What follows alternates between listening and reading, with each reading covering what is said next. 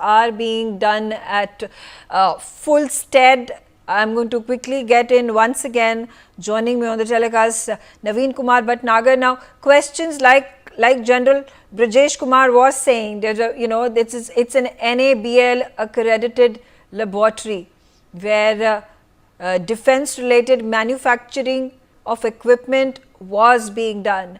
How is the inquiry going to be held? How long do you think this inquiry is going to take place? Is there a committee that is going to be formed? Who is to be held responsible for this blast? Definitely. Committee maybe, I think, is required for that, or a spot inquiry. And now, first of all, there will be a spot inquiry, then a intelligent people, a gathering of people, some high-level inquiry will be there to find out the facts, what fact actually happened, and how this happened, because it is such a vital area, is a crucial area, and this factory is a renowned factory in India. So all the safety measures were taken in this factory, and time to time audits are there, trainings are there, and after that something happened. It means there is somehow some lacking will be there. So to find out that lacuna, this inquiry is must.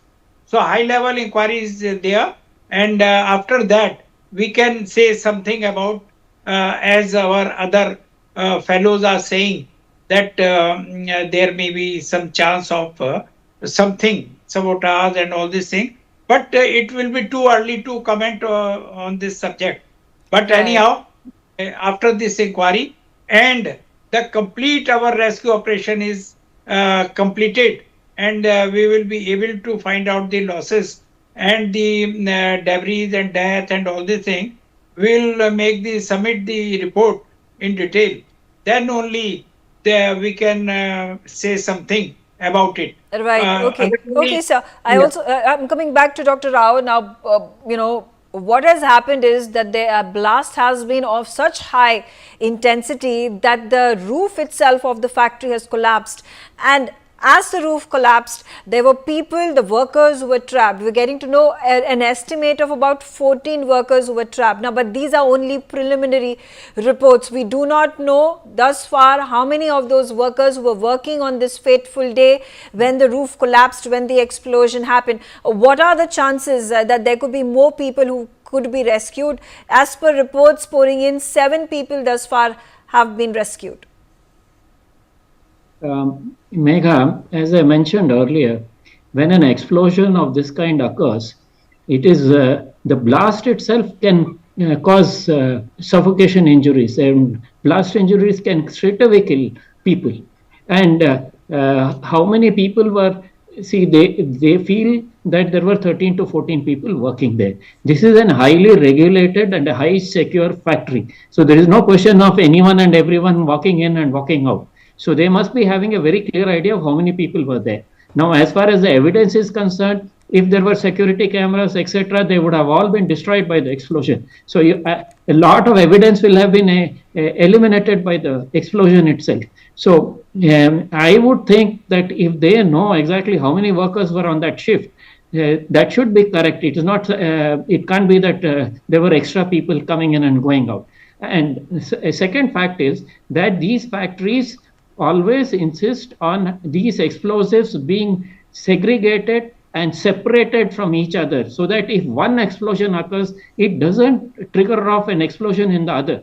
This is also supposed to be in manufacturing of fireworks, that you keep safe distance between different lots of it, because if it is too close, you may suddenly have another explosion, so and another catching fire. And you also mentioned that even various fuels were also being prepared as propellants for rockets and missiles.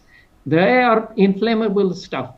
So we don't know if one of them caught fire and then the explosives took off. So these all things will have to be checked out by them. And the factory layout is also planned such that there is safety written into the factory plan written into the way these people handle all these explosives. And these explosives are also used in the mining industry. So it is not only the army which needs explosives, the mining industry also uses explosives. So yeah, these are all precautions to be taken. Now, as far as the factory roof is concerned, I presume it was a concrete roof under which people have got crushed. But if it is a asbestos sheet or that kind of roof, which because you have to be also careful that lightning doesn't strike a ordnance factory like this, nor does it get so hot that some of these things become combustible. So these are all issues. And if the roof is of a kind where tin sheets or asbestos sheets can fly, it can behead people even far away.